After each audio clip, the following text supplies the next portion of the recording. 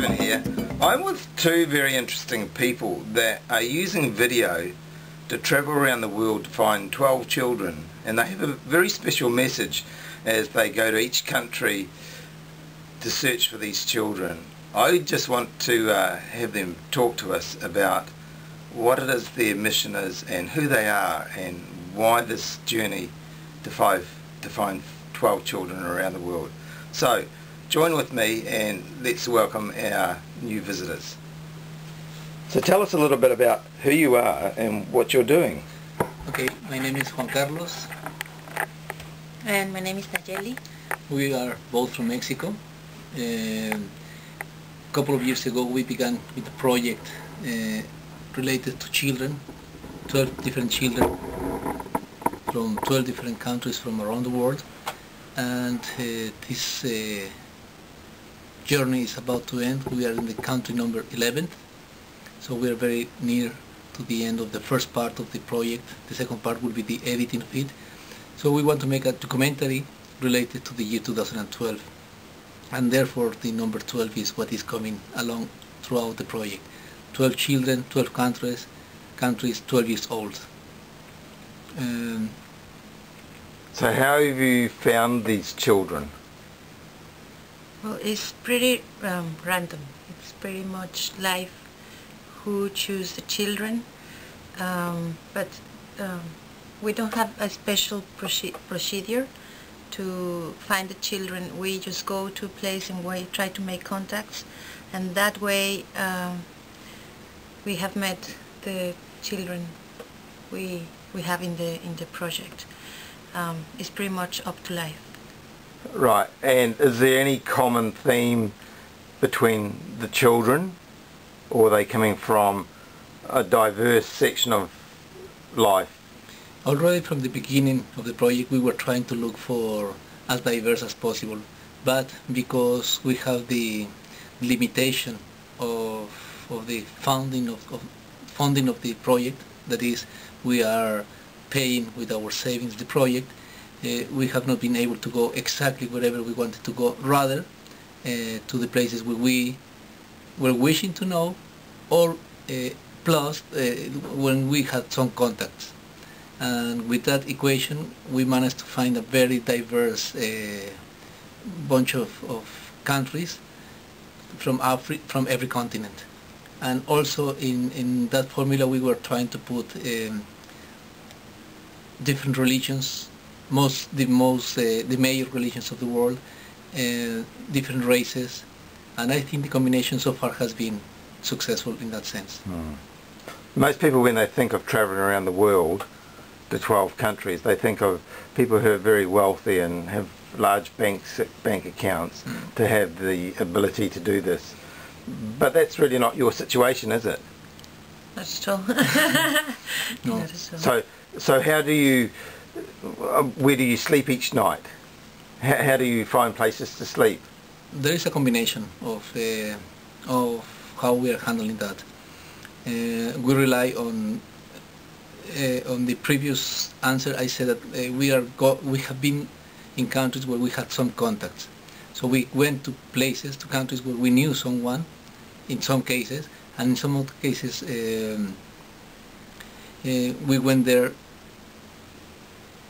sleep in hotels, Very cheap hotels, and in other cases we have been, like in New Zealand, visiting people from an organization, an exchange organization, a hosting organization.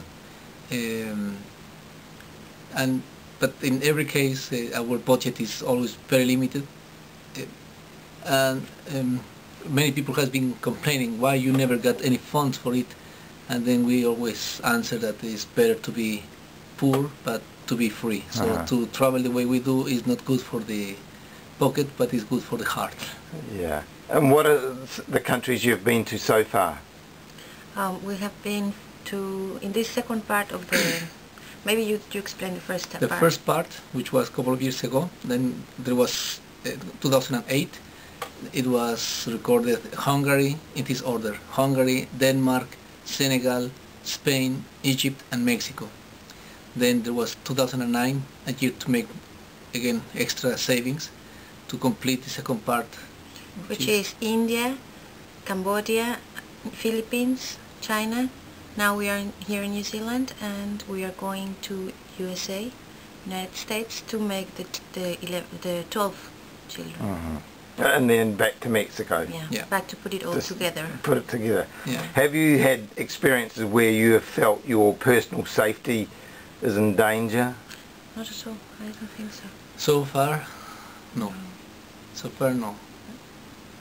No, I don't think No, so. we have been successful in that end. And in terms of, has there been something that has really surprised you about the children and the places you've been? Is there something unusual? Well, because they are so diverse, we have been able to receive some questions which indeed reflect very much the state of the world. We have been with people from the countryside, people from developing countries, people from rich countries, and then, as she was saying before, life is the one putting those children on our way, so we don't know them in advance, so we have a contact and we are the contact, and if the contact doesn't know, we go to school and so on, until a child appears. And then sometimes the answers provide very much a clearer picture of what is going on around the world. Their fears about the future, ranging from not knowing what kind of job they are going to have, to fear of losing their girlfriend, to fear about the environment. So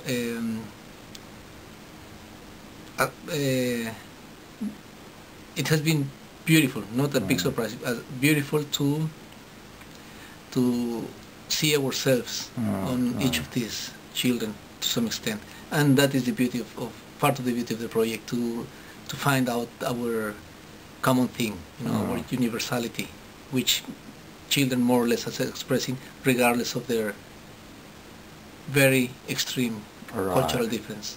So how are you recording and documenting? What is the material that you're putting together? We are using video format for the interview, and then his strong side is still photography. Then yeah, we are going to make a montage with the interview, video interview, and also nice pictures from the country. That will be showing the diverse and the colorful world we live in. Yeah. And so I understand that you're starting to think of different ways that you can use all of this material, because I think you said last night you've made about 10,000 photos approximately of around the world of children. Yeah. So I guess you've met many travellers travelling around the world as well. But there's probably a very big difference between why they are travelling and why you're travelling. Yeah. Well, we have not met that many travelers, and the reason is because we are not very often not in touristic accommodations. So as far as I can remember, we have never in this trip met anyone who is having such an ambitious trip. We have met, and also in those places where we have been in a most touristic area, our contact has been rather superficial. So our aim has been more often than not to look for children, for the 12 years old child, and then the means how to achieve that, and then to take photos of the country. So we have not been putting so many energies in finding other travelers.